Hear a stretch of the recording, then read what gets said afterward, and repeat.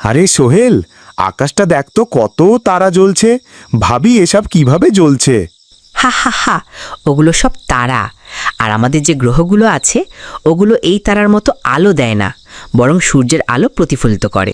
ও, তাই নাকি? মানে আকাশে অনেক রহস্য লুকানো আছে। অবশ্যই, আমাদের সূর্য একটা তারা, আর আমরা সবাই তার চারপাশে ঘুরি।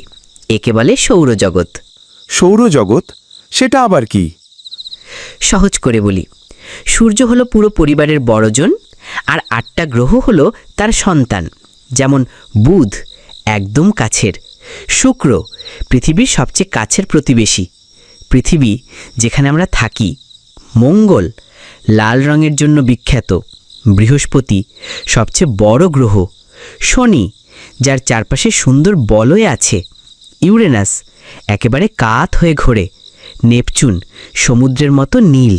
বাহ, কিন্তু গ্রহ ছাড়া কি আর কিছু আছে? অবশ্যই, প্রতিটা গ্রহের আবার চাঁদ বা উপগ্রহ আছে। যেমন আমাদের পৃথিবীর আছে একটাই চাঁদ, কিন্তু বৃহস্পতির আবার কয়েক ডজন চাঁদ আছে। তাই নাকি?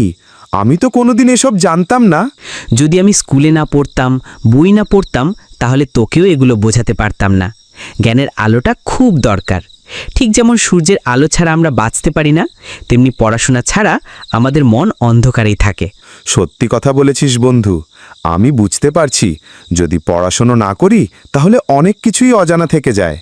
আমি ঠিক করেছি, কাল থেকেই আমিও পড়াশোনা শুরু করব। এটাই তো আসল আলো, জ্ঞানের আলো।